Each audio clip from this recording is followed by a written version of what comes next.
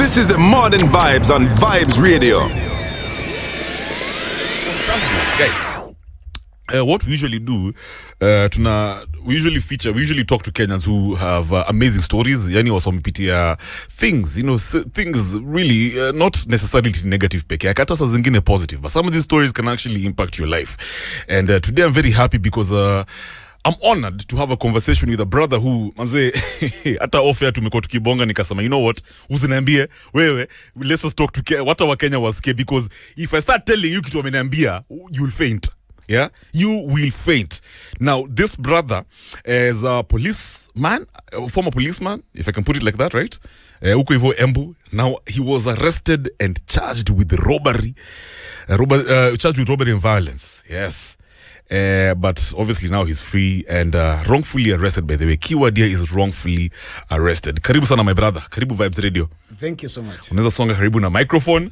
And you know what? I'm so happy about this because the story, to be honest, the person who will listen to us sahi, hata amini. Atasema, yani, this is impossible. Some things zinaweza fanyika hii country yetu. You know, Kenya it's like a movie. Some of the things what to go through hapa, yani, they can shock you. Do you intend to write a book about everything? I'm writing actually. Itabidi. Yeah. Because this story yezi ende hivyo. Our young ones. Watu wetu mazeja lazima ujue watu wamepitia. Anyway, karibu sana my brother. You can just introduce yourself and take us to day one, where you grew up, ulisomea wapi, until the day you became a policeman and how you were arrested. Well, thank you so much. Mr. Kevin Matara. Yes. Unaweza niita utada. Yeah. Wacha niseme tu nimefurahi. Okay. Because of inviting me. I'm Morris KABERIA.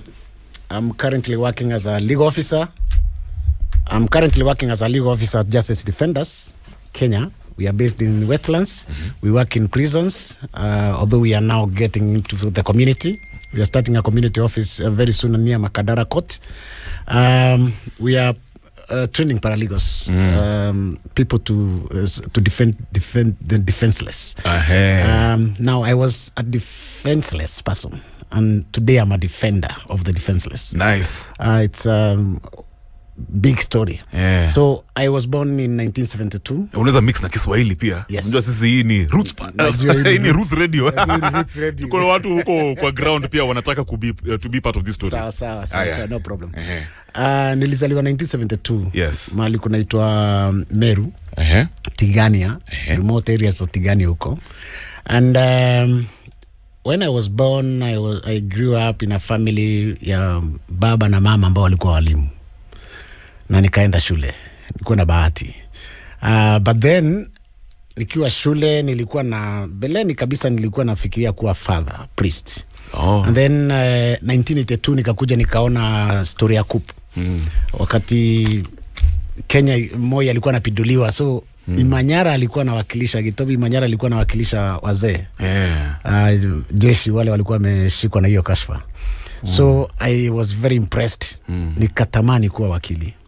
So when I went to school and studied, I always thought that mimi nitakuwa wakili. Okay. I had that dream of becoming from high school, from lower, from after primary. Ulikuwa umesha plan. Nice. Nataka kuwa wakili. Okay. But then wakati nikiwa shule niliingiana na maboys, nikajaribu mahappy na nini.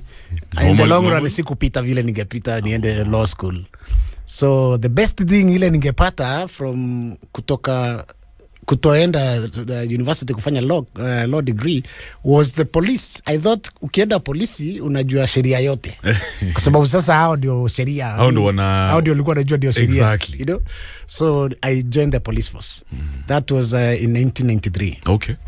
And I worked with the police force up till 2005. Wow. Well, experience ya police na hiyo ingine utaisikia hapo katikati. Only 12 years. Those are 12 years. Yeah. So job ya polisi ni job nzuri.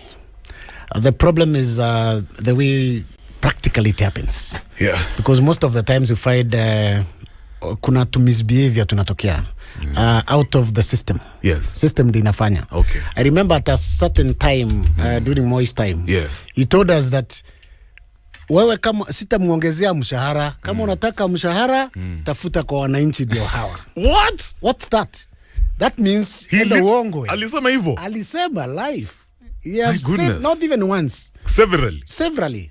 So ikawa custom sasa kuchukuanga tuhongo. So ilikuwa inamaanisha hii pesa yenu si enough, so find ways of making more money. Yes, when I was employed actually nilikuwa nalipwa 1800 per month. 1800 shillings. So you can imagine wewe uko na watoto, mtu amekomaa, mimi nilikuwa kijana wakati huo, lakini mtu amekomaa kuna familia, kuna watu wanataka kupeleka shule na nini, hiyo pesa itatosha kweli? Never. So inabidi mtu anatafuta pesa nyingine kwa njia nyingine. Yes, sir. So and then the president was there backing us up to collect hongo. This is shocking. So tukawa tumezoea. One day nilienda nikachukua hongo tukiwa wawili. Yes. Wapi uko? Embu. Okay, Embu. Sitataja majina. Ulikuwa tu patrol kawaida kazi ama it was nilikuwa town, kazi yangu ilikuwa ni kuzunguka town, prevent crime. Yes sir. So in the process unajua tusirito town. So na una ma informers. So one informer alikuja akatuambia kuna gari za wizi zinaingia mahali. So we rushed there, tukaenda tukazipata, tukaita our deputy DCI akakuja. Tuka arrest hiyo, actually alikuwa muhindi. And then ikawa toe pesa. Akatoa 210,000 cash ndio tumwachilie. What we did know was that alikuwa ni chakula cha mdosi wetu. We didn't know that. Mdosi hakuweko. Mdosi alikuwa leave. So after 2 weeks akarudi. Kukuja akatuita. Akaanza kudai pesa yake. Aliambua alisikia mulienda mkatafuta kwa mwini. Sasa nilimwambia kuna watu wako walikuja hapo wakachota. So tukakataa kupeana ile pesa. Sasa vile mulienda kuongea na huyo mwindi, when you approached him to interrogate ama to whatever, hakuambia ilikuwa nafanyia mkubwa wenu kazi? Tulimuarrest. So na by the way hata alipigwa hata kofi hapo kwa sababu alileta hiyo kifua ya kusema mnaniuliza nini na bwana mdozi yenu anajua. So tukamwambia hao wadosi wanajua utakutana nao kotini. Tunakupeleka mpaka koti. This time round hatukuachi. Sasa sikabidi aende chini. Akatubebeleza. And then akatupea pesa. Kutupea pesa sisi tumegawana pesa tukaondoka. Mlikuwa ngapi? Tulikuwa 3. Tuko na mdosi hapo, namba 2 huyo ako leave. Alafu na sisi wawili constables. So tukaenda. Kila mtu ameenda na yake. Na ukienda na pesa, si unajua pesa. Pesa ni ya kutumia immediately. Alafu unajua hiyo time ni ujana sasa. Kutumia tu haraka unakuta imeisha. Kitambo akuje the second week. Unajua unatumiaga juu unajua utatoka tu ende upate. So akikuja hatuna pesa. Sasa ameanza kudai. I was the only Meru and he was a Meru. And then huyu mwingine mwenzangu alikuwa ni Mnandi. Mdosi alikuwa ni Mcoast. So tumeitwa sisi, hakutuita na mdosi, alituita sisi wawili. Akatuambia najua vile kulifanyika, leteni pesa yote wekeni hapa. Usually ilikuwa inawekwa hapo tunagawana na yeye. Lakini sasa saa hizi tunamgawia na alikuwa leave. Mwenzangu kwanza akaruka akaniambia hiyo ni Kimeru mnaongea. Mimi simpei pesa. So akagoma. I had maybe to give out that 210 peke yangu. So sasa siwezi rudi kwa mkubwa yangu tena mwambie mdosi anaitisha, angekubali pia na hata hakuwa nakubali. In the long run sasa nilikosa pesa. Akatuambia sasa kama muleti pesa mtanijua. We didn't think that it would be serious. We thought ile kitu itatokea ni transfers. In fact after a week the deputy akaenda transfer Tharaka. Alishapewa transfer sasa. Akamuondoa kwanza yeye akaenda Tharaka. Tukajua sasa sisi tunaenda jangwani huko na Eastern wapi. That was it. And we even started preparing ourselves to go. So tuliona huyu amekuwa mkali. And then unfortunately haikufanyika hivyo. One day nilikuwa nimeanza kabiashara kuleta avocado hapa town, hapa Nairobi. And nilikuwa naendanga sana mashambani huko kutafuta avocado. Area zote Embu, Kirinyaga, area mahali nitapata huko moya. So nikiwa Kirinyaga one evening I was just as usual vile naendanga kuchukua gari iko hapo inakuja, nimeenda nikakagua mizigo yangu nikaona iko sawa, nimeanza kuita gari. So nikatoka nikasema nipewe moja mahali. Nikienda hapo nikakutana na askari kama 5. Mimi niliona watu wakikuja tu. I was armed, so sikuwa na wasiwasi. Hata kama ni waizi tutajua vile utadili. Walikuwa plain clothes? Walikuwa plain clothes. So wakanisimamisha. Akaniambia wewe ndio Morris? Akasema ni aje? Semeni majamaa. Kaambia hata sisi ni officers, kutoa ID na tumetumwa. Tumeambiwa na DCI wetu tukupeleke kwa ofisi. What's up? Ambia hapana ni kazi. This is how long after the incident na boss wenu? This is after now talking to the boss 2 weeks. Oh, about 2 weeks. Kutoka anze kudai. Okay. 2 weeks. Sasa hiyo ilikuwa on 1st November 2005. So nikaenda nikapelekwa mpaka huko kwa polisi. Kufika police station si tunangoja tuone DCIO. Naambiwa nakuja, kaa hapo. Niko hapo tu tunaongea na maaskari. Kidogo OCS amekuja. Kaniambia nimetumwa na nikaambiwa tuingie hapa kwa ofisi nikueleze. Kuingia kwa ofisi ndio nilikuwa disarmed. Kangolewa bunduki, pingu, kitambulisho.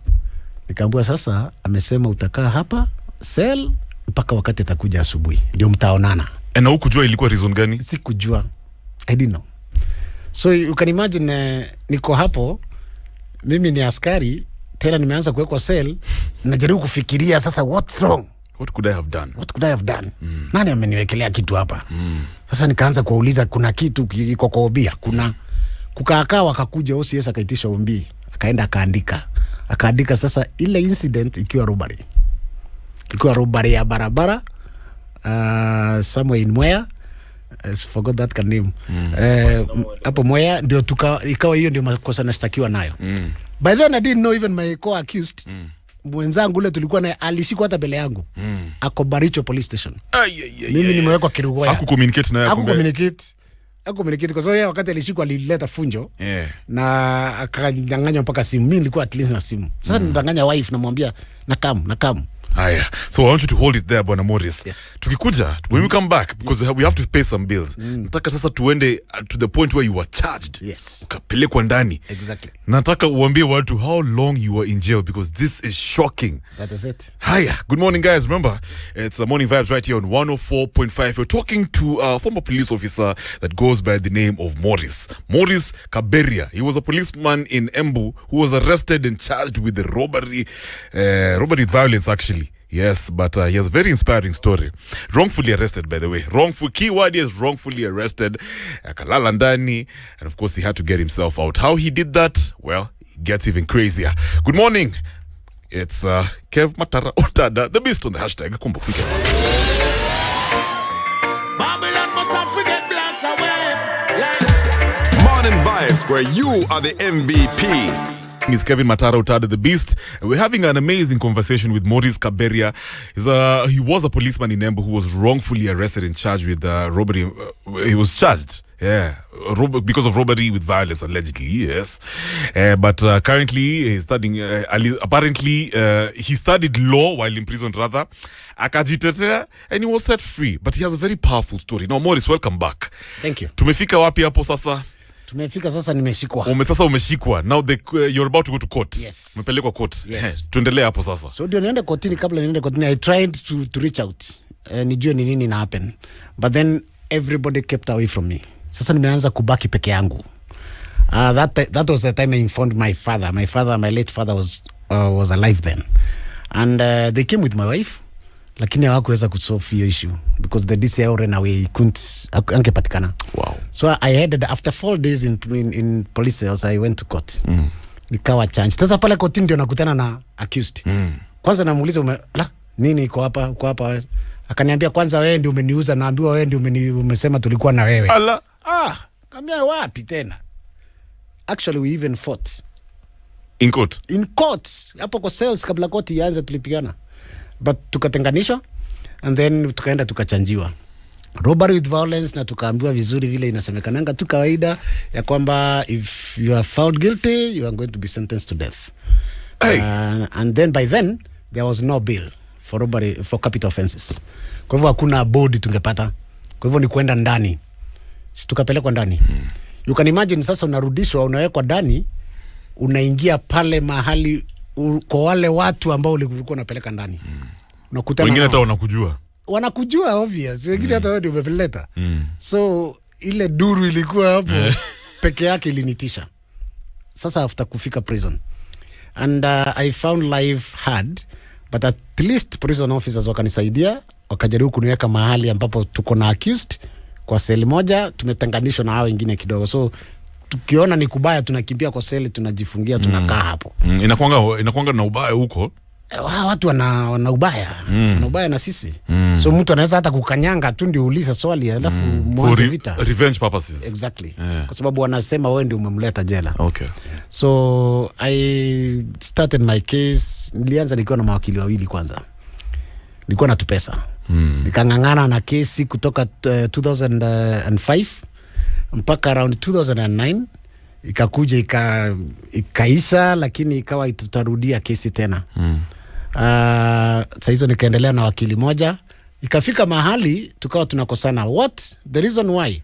Hapa wakati nimeshtakiwa na robbery with violence na kuiba simu ya huyo complainant.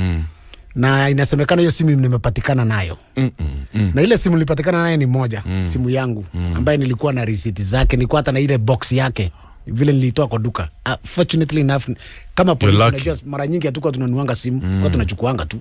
Okay. But this time round hii yangu at least ilikuwa ni ile original kabisa. Nimebai. So mimi nadai sasa OB kuja kwa sababu hiyo simu iliandikwa kwa OB. OB kuja ionyeshe ile simu ilishikwa nayo. Ndio tuoneshe koti ya kwamba I didn't have this exhibit which they are claiming. But then polisi hawataki kuleta OB. So tunaendelea tu kungangana nao kuinsist, tunaenda hata high court, order inatoka, lakini hawangeleta ombi. Kwa sababu wangeleta ombi ningekuwa free. At this point umespend 5 years. Yes. So nikawa tunasumbuana sana hapo kwa OB kuje. That is the occurrence book, ile kitabu wanaandikanga ripoti zao. But then wakati ilikosa kukuja na huyu wakili wangu nikaona anasubaa kuitisha, mimi I don't need you. Wacha mimi ninganganie mimi mwenyewe. Yeye unaniambia tuendelee, wacha ningangane. So I had to continue kutoka 2009 mpaka 2013 nikingoja. Nikoja mpaka nikachoka. Nikaona no. Wacha nifanye hivi. Wacha tu nikubali, mimi nitawaambia nimeitisha ombi kila siku kwa sababu fulani, because I know that's my what will prove my innocence. Right. But then it did happen. Nikaenda defense, nikatoa, nikasema hiyo yote. Na mwishowe kwa judgment nikanyongwa. I was sentenced to death. That day I will never forget it. Which year is this? The day of the judgment. Because the magistrate read the judgment mpaka pale mwisho akasema I now sentence you to death you'll be hanged until you are certified dead. Wow. Right of appeal in 14 days. Niliona giza. Nini ilikuwa inaendelea kwa akili yako? Kwanza nilifikiria kutoroka. Kwa sababu unajua sasa officers walikuwa wananiweka tu hivi, siku hata na pingu. But ikiwa judgment ikiendelea kusomwa, nilinotice maaskari wameanza kuingia koti. Wanaingia na mlango ya public, wanaingilia hapa kwa cells. Nikaona bwana hii movement. But wakati nilisomewa tuko na accused. Tuliulizana, amesema nini? Yeye pia alisentensiwa to life. Yes, to death. To death, yeah. So sote tumetukua sentence to death. Yes. Sasa tukaulizana, amesema? Niambia ni kama tumenyongwa. Ati mimi sitangoja. So nafikiria kwenda. But unfortunately vile tu nilisikia hivyo niliona giza. Sasa najaribu kufikiria hata ni njia ni gani, direction ile naweza toka nayo. Kitambo nifikirie hivyo niko na pingu. Shapiganishwa pingu hapo haraka. Maisha ikaanza sasa. Ulipelekwa sasa jela gani? Kamiti. So wacha ile sasa remand. Sasa nikapelekwa death row. Kwanza kufika huko si niko na kasuti kangu. Unajua nilikuwa nimetayarisha hata tunyama, nilikuwa nafikiria naenda kuachiliwa. Naenda home. Tunaenda home bana, hakuna kesi hapa. Yes. Tunyama hata tulikuwa tunaiva mahali. Hata hatukufika. Sasa unaona vile kuchukuliwa kufika huko niko na kasuti kangu, yani nilianza kuwa harassed. Ati you are no longer an officer, wewe sasa ni mfungwa. So askari wenyewe because kuna hata wakati nilikuwa nimeshikashika askari wa prisons, wakaanza kutupiga. Actually kasuti kaliraruliwa kwa sababu nilikuwa nakataa kutoa. Nikapewa manguo zingine chafu siko na machawa. Sasa at that point unatritiwa like the worst of the worst. Yes. I had to walk for around 500 meters barefoot. Kitu sikuwa nimefanya tena, hata nilikuwa na kanyanga hiyo mchanga hivi nasikia kama naumwa. And then I landed into the death row. Mahali nilienda nikakuta watu wako hapo even for 40 years. Watu ulipatana nao, how are they? They were desperate. Na hopeless. Na pia wakatransfer hiyo hopelessness yao kwangu. hata mimi kuambiwa ati nikisema ati naenda kufanya appeal naambiwa ya nini? Ya nini? Wewe ni maiti. Appeal lini bwana? Wewe ni maiti, wewe umekufa, wewe ngoja uwawe. Did you make friends with any of them? Hapo hivyo ulipatana nao kwa death row? Not the first time. Okay. After some time. So bando walikuwa najua huyu ni askari. Sasa walikuwa na ignore. Yeah. So baadaye ndio tulikuja kuwa friends. So at that time, tulitenganishwa hata na accused. Akapelekwa seli nyingine na mimi yangu. I was so desperate, nikaanza kuona sasa mimi sitapata watoto wangu tena. I can imagine. Nitakuta watoto walikuwa machokora, mimi ndio nilikuwa tunasimamia hao. My wife was a housewife. So hakuna vile wangesoma tena. Did you think your wife ange maintain? Because hata hiyo pia naona, napiga hesabu naona kodem 40 years atangoja. Ulijua atakuacha naturally. 6 years. Haizi ngoja. Mtu nimeoa 6 years. Ni dem tu. Bado wako na atatoka tu na hera na apate wengine huko. Na naambiwa hata wananiambia hata hiyo familia utapata. Achana nayo, hata kuna sahau ni wewe sasa. My God. No one else. Nikajua hii maisha ni. And then ile madharau naonyeshwa. Huku na kule ilibidi nifikirie kujiua. Lakini nikaogopa kujiweka kamba. Nikafikiria wacha niende nijifanye mgonjwa, niende hospitali nitoroke. Because tulikuwa tunapelekanga hospitali Kenyatta. So that was my intention. Na nikaanza kujigonjesha sasa. Ndio utoke tu at least uone. Nifikishwe tu Kenyatta. Nitoke, mimi sitaki hata kwenda, nataka nitoroke tu wanipige. Hiyo story ishe. At least useme nilijaribu kuhepa. Hata si kujaribu kuhepa. Ni vile sitaki kuona what will happen to my family. I don't want even to imagine it. I loved them and I How old were your children at that point? The day of the sentencing. Moja alikuwa 1 month. My God. Huyu hata hakunijua. A boy ama a girl? A boy. Huyu mwingine sasa, hao wengine ndio mmoja alikuwa standard 5, was 10 years. Alikuwa anaelewa nini inaendelea? Yes. Wote niliwafunika. Okay, na uliambia mama yao asiwaambie? Hata asiwaambie. Kwa sababu nilijua watapata trauma. So nilifunika sana wasiambiwe. And then in the long run walikujanga kujua tu baadaye nikikaribia kutoka baada ya kukaa sana. Na parents wako wali react aje na hii story? My dad was devastated. I can imagine. And how many siblings are you? At home. Tuko 6. Okay. My sisters and my brother were very supportive. And my family was supportive all through. Yes. Lakini ilifika mahali pia wakaanza kulegea hata wanaona give up sasa. Wanaona hiyo mtu kutoka ni ngumu. Yes. And then ikafika mahali pia baba akaenda. Akatuacha. That was in 2010. He was my best friend na hiyo kitu ilinipiga sana. Wakati tu katiba imeingia hivi. Wakati umesema sasa kutakuwa na bonds kwa kila offense. Hizo nini? Atakuwa napata bond. Actually nilijaribu sana hata kupelekwa mazishi, nika apply kotini nipelekwa hata mazishi, they didn't. Who gave you the news about your father's death? It's my mother. Alikuja hapo akaambia. Alikuja akaomba ruhusa tukaongea and then I knew what happened. How was it? It was painful. That was one of the most painful times in my life. I couldn't believe that I will never see my father again.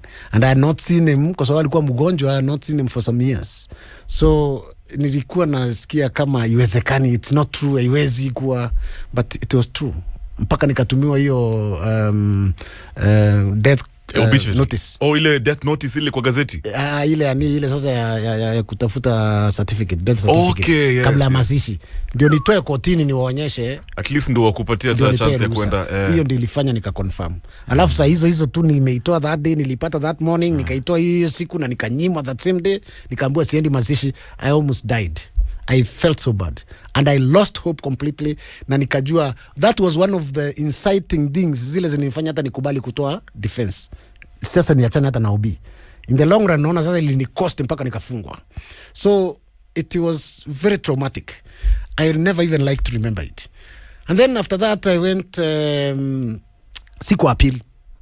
Nikiwa hapo sasa kuna mtu anaitwa William. Alikuwa anakuja tu kila siku ananiuliza, "Mbona jamaa unakaa tu peke yako hapo kado bana, na wewe ni sonja?" Sikuwa kisonja bana. Naona masoja wengine wamechangamka.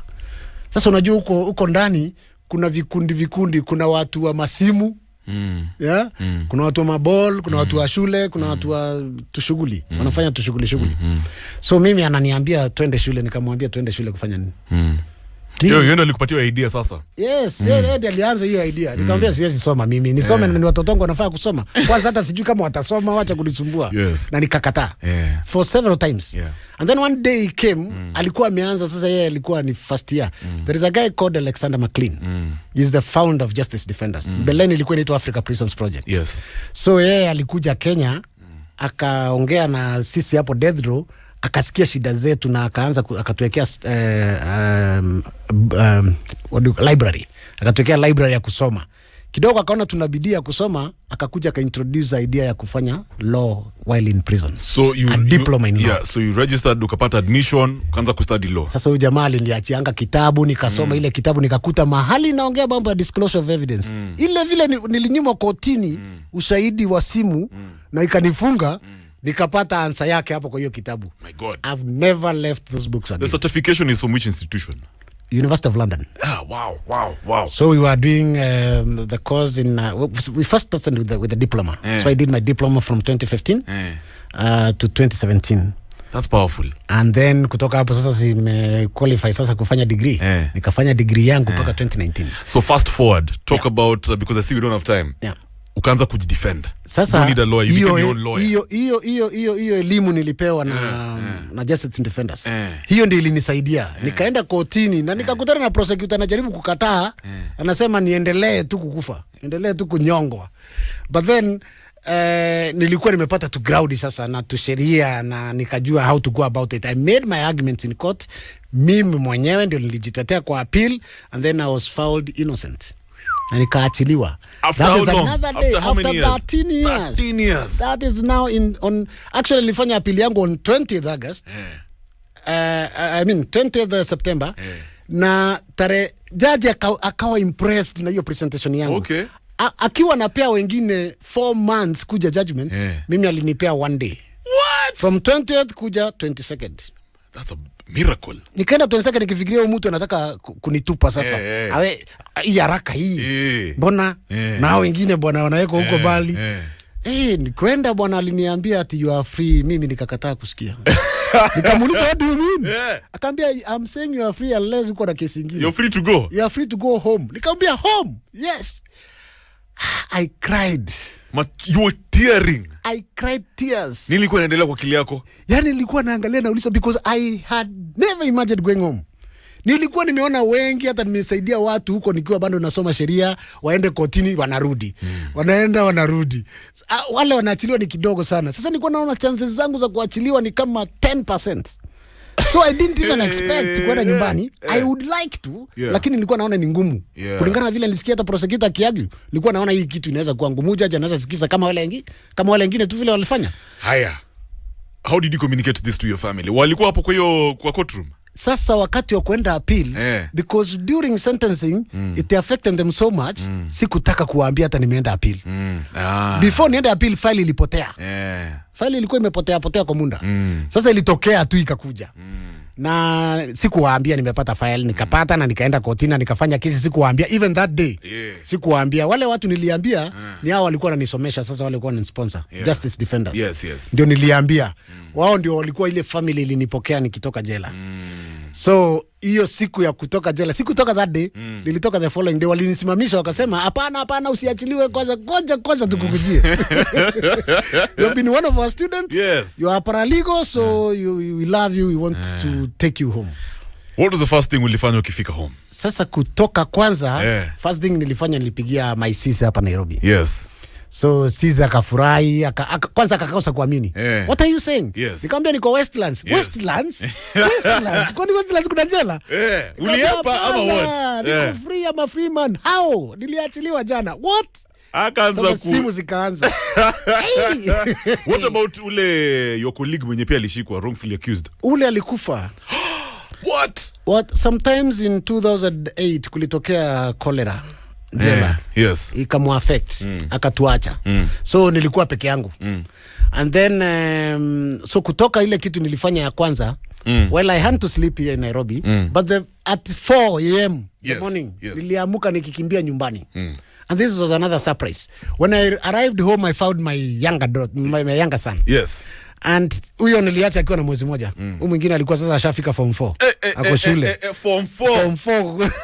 Reaction yake ilikuwa vile alikuona. Huyo sasa niliendanga kwake, huyo kwanza aliniona tu akaniambia sasa nimepona dad. Mimi napita. How did he perform?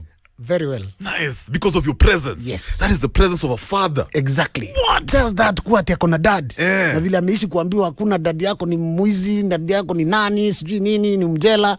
This time round alienda akafanya vizuri. He is doing civil engineering in Nairobi University now. Now he's a study. What? Yes. You know this is so a young man. Yeah. Aliniona na yeye nilimwacha kama hajanijua. So alikuwa anaonyeshangwa, alikuwa anaonyeshangwa picha na bibi daddy. Anafanana hivi. Aliona mama yake amenihag. Akajua hapa. Akaona sijaiona mama akifanya vitu kama hivi. Akakimbia mpaka kwa nyumba, akaenda akachukua album. Yes. Si ameona hiyo sura, akaona na hiyo sura kwa ile. Akaconfirm, nilimkuta akilia. What? Nikajaribu kumsalimia, akatoroka, akaenda kwa mama. Of course hajakuzoea. Ni huyu? Ni yeye? Akamwambia yes, this is your dad. This is your dad. Tuliagiana hapo kama dakika 5. Yani I could believe that I was back home. Brother, you're making me emotional because I can imagine. This is like Mungu amekupatia another chance. Kama kuna wakati nimesikia roho ikiinuka sasa kabisa nasikia kama mtu, that is the day. All right, so right now we're at the top of the hour. Wacha tuingie kwa news. Then when we come back, I want you to just inspire young men out there who are really going through a lot. Wanaona hawezi pata second chance in life. But also I want to know your experience now that you're a lawyer. Exactly. Because you're defending the defenseless. Yes. Hii kitu nakwambia imeshika kushika. We're at the top of the hour right now. Dennis Sisito, I can see, is also getting ready for the news. But Pia, we'll give you an opportunity ya kutupigia simu. Utuambie bana if you have any questions for our brother here. Bwana Morris, if you have any questions about his experience in jail. Remember, he was wrongfully arrested. Akalala ndani for 13 years. And he had to study law so that he can defend for himself. Akatoka. I mean, can this actually happen in Kenya? Yes, it did. Hey, yani, me, I'm shocked. Hiya, guys, it's the top of the hour, 9 a.m., 20 Kazi. Good morning. Rebels and reggae heads, start your day the MVP way. Where you are the MVP, no negative vibes. Right about now, na tuko kwa conversation ingine kali sana. Remember, we also have the rhythm was coming through in a bit. It is off the playground rhythm. We have some Benny Man for you know, of course, Sean Paul. But we're wrapping up a fire one up a vitu na bonga na Morris KABERIA. He was a policeman in Embu, wrongfully arrested and charged with robbery and violence. Alisoma law. While in prison, akajitetea, and he was actually set free. It happens. Is it to you happen, Kenya? Morris, welcome back. Thank you. You know, we're talking to you here and I'm just really listening and trying to put myself your shoes. And as I imagine any being in your shoes, meaning I give up. Because studying 4 years, you studied 4 years law while in prison. Yes. How do you even go about that? It's chaotic, eh? It's chaotic, it's challenging. Munalala watu wengi, watu wanapiga kelele huko kwa nyumba. You can only read at night because during the day, na ni masaa umepimiwa, during the day uko class. So ile kujisomea, na hiyo ndio inasaidianga. Yes. You can only do it at night. So hapa watu wako wanacheza karata, wanafanya nini, wanakula story, hawataki kusikia, hawajali. Na ukisoma, unasoma kwa hiyo cell yako ama there's like a hall na kuna lights? Kwa cell. Na silidhani wanazimanga taa usiku ama kuna taa isimangu jela. Okay. Taa izimanga ati watu walale. Kuna watu walale. Watu walale wanyamaze. But taa iko on. Taa iko on. Okay, so wewe ni kuamka masaa zile wamelala.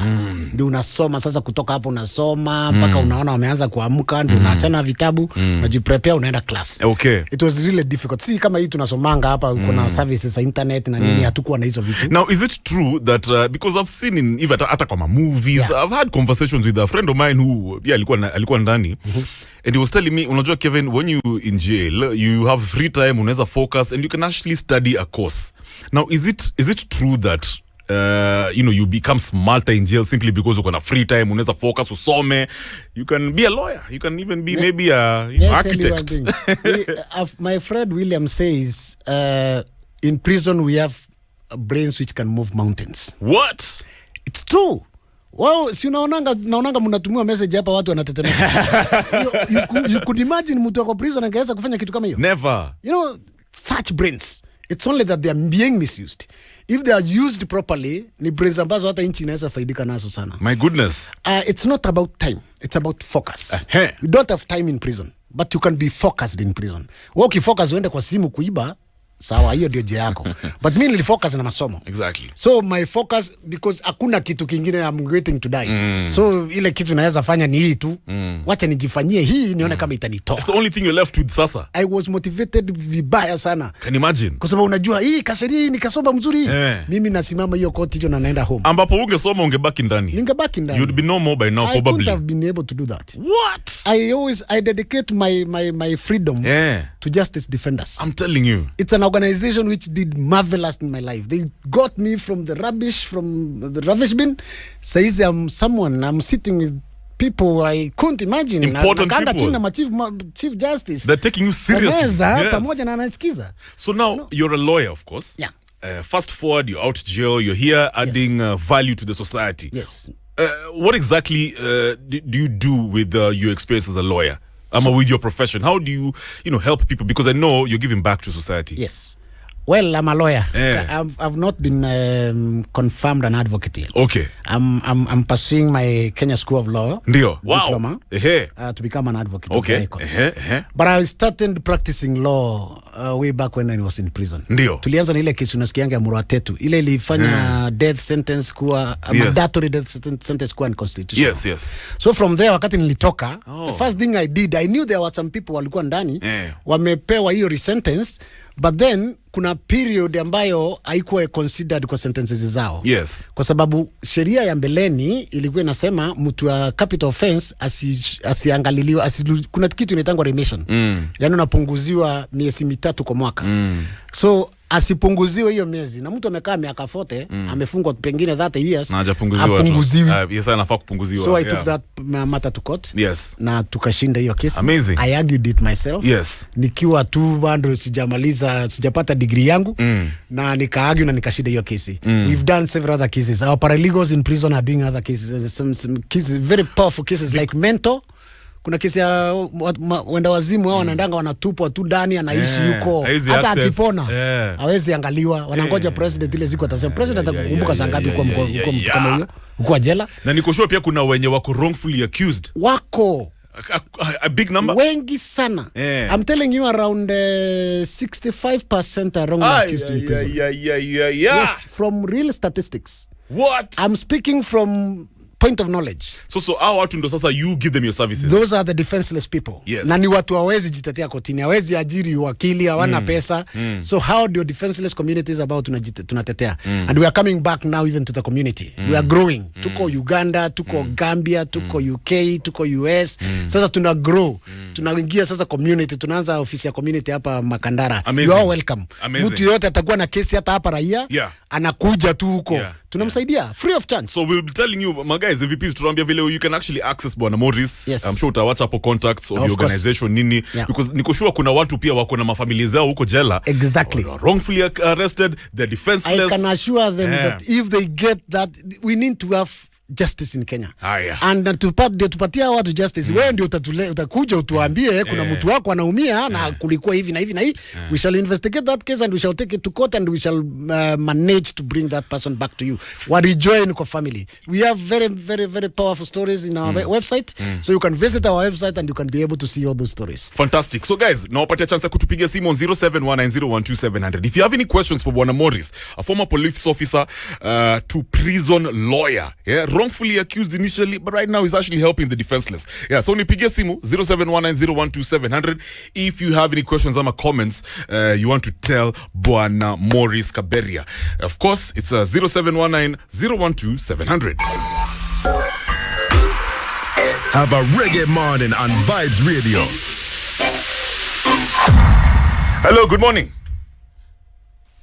Morning. Niaje tunaongea na nani? Mwongea na Makmende.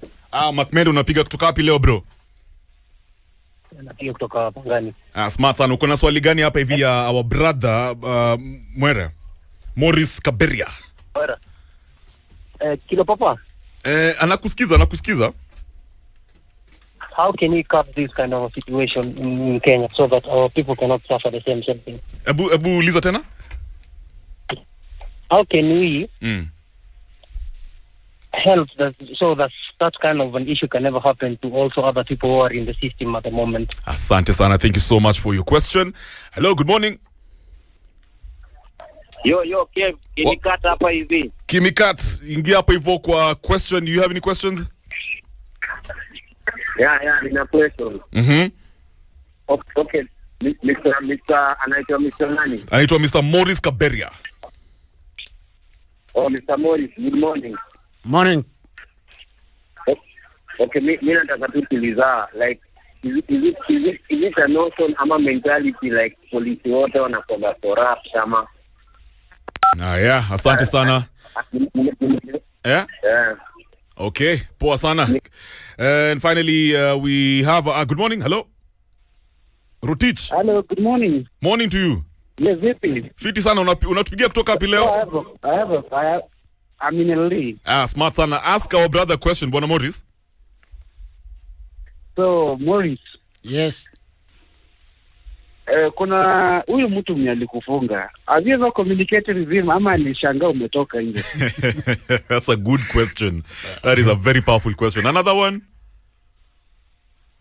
Another question is how watu wenye wako like we have a prison here in Nyeri. Now I'm sure we have people who have been accused wrongly. Yeah. How can they access your services provided that your office is based in Nairobi? Awesome. Bro, what's your name again? Rotich. Nice, fantastic. Hiya. Hello. I'll take another one. Hello, good morning. Wagwan Vibes Radio. Wagwan, tunaongea na nani? Unaongea na Palma hapa hivi Kevo Matara. Big up Palma. Kuna swali gani bro? Swali yangu ni can we trust our Kenyan police? Can we trust our Kenyan police? Gani ingine? What about those people? How can they be helped? Wale wenye wamefungwa without makosa. Asante Joe, asante. Big up, tuna appreciate. Finally, good morning. Hello. Hello, Kev. Yeah, niache my brother. Tunaongea na nani?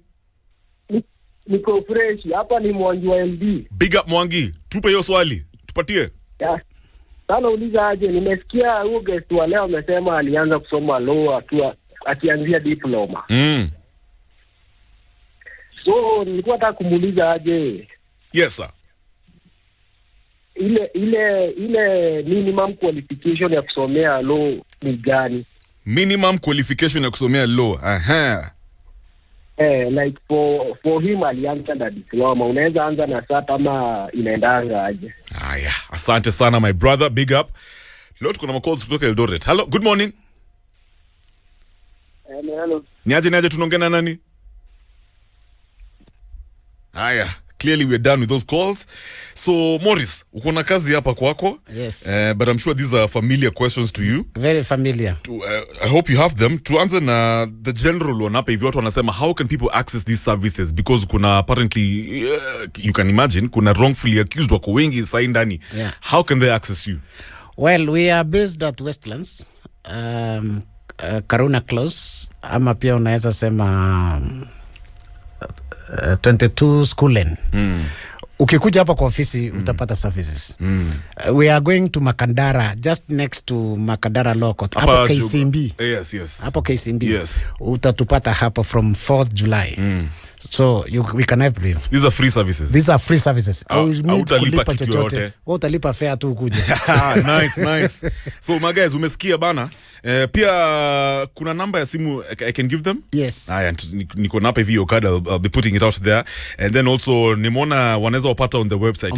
justice-defenders.org. Yes. www.justice-defenders.org. Yes. Ndio hiyo kali hapo hivyo. And then your email is morriskaberia@justice-defenders.org. Yes. Nitaweka hapo kwa social media yetu. Sawa. Another question by Rotich kutoka Eldoret anasema how did you reach out to your accuser?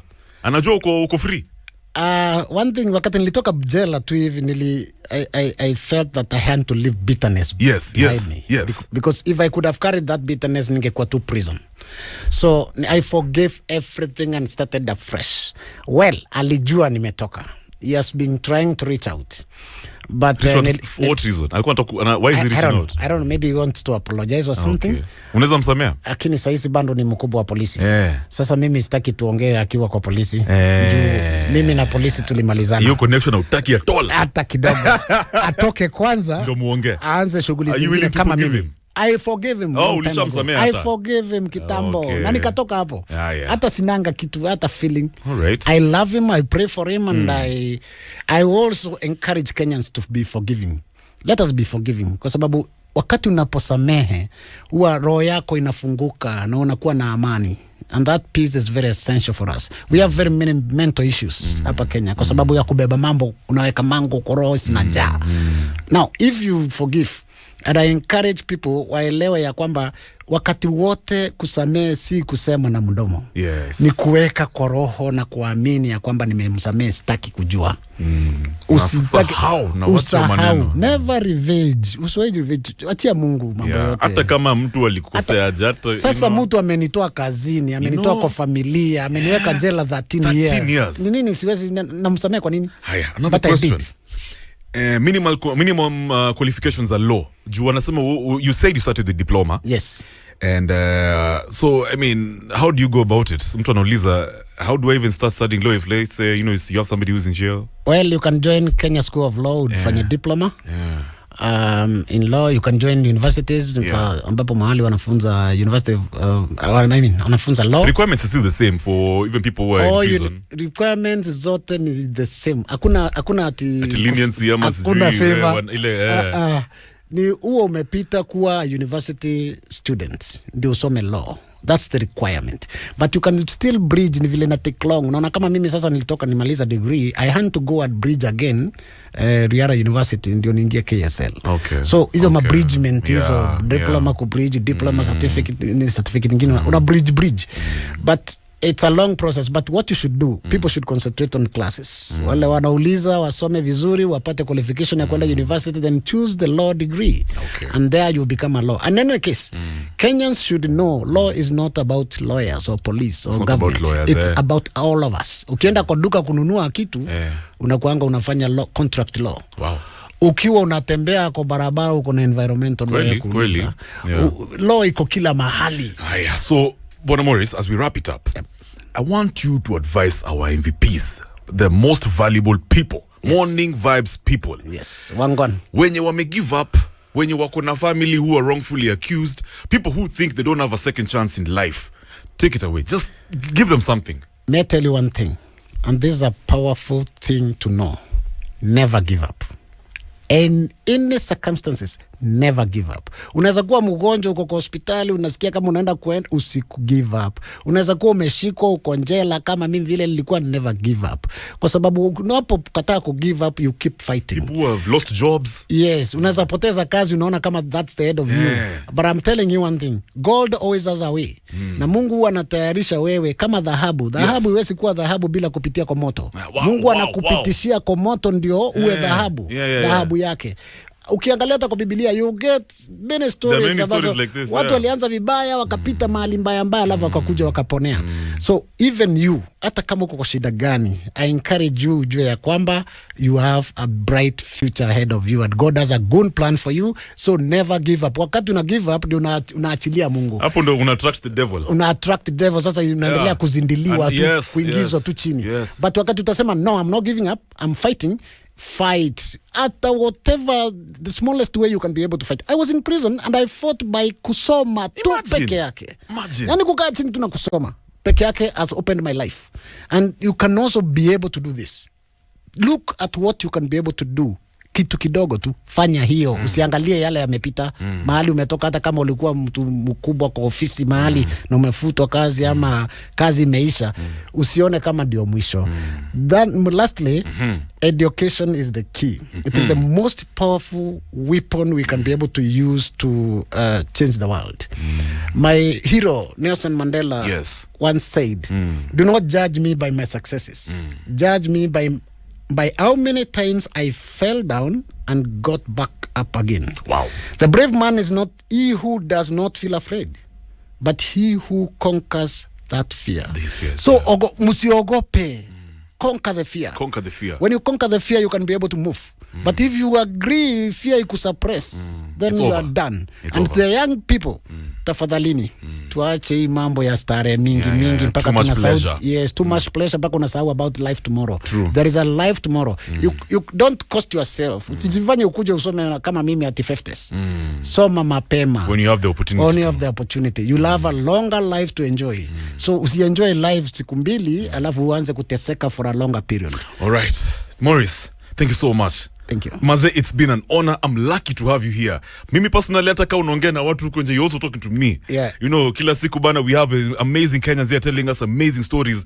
Lakini pia, it is about the lessons we get from your experience. Exactly. Unaona? Exactly. Tuna appreciate sana. Remember guys, kama mimi to join right now, well, the conversation utaipata hapo kwa YouTube yetu. We are live on our Facebook as well. You can also continue streaming live on www.vibesradio.co.ke. Now, we've been having a conversation with our brother, Maurice KABERIA, a former policeman who was based in Embu. He was wrongfully arrested and charged with robbery and violence. Guess this, alilala ndani for 13 years, but he had to find his way out. Yes, follow up on that story. Alisoma law hapo ndani. You know, he did the right thing. Defended himself, and he's a free man giving services to the defenseless in Kenya. Na wewe uko na hii opportunity ya kuendelea kwa shule nini, you have free time, you're young. How will you be resourceful to our country? That is it. Bwana Kibaki, the late president, alisema it's not about what the government ama the country can do for you. Wewe utafanyia nini the country? That is it. I want you to ponder on those words. Maurice, Yes. God bless you. Asante sana my brother. One Vibes Radio. Yes, one love. One love. So guys, wacha tulipe mabills alafu tuta come back. Kuna Rhythm Wars, of course. It is off the playground rhythm. Tuko na Beanie Man.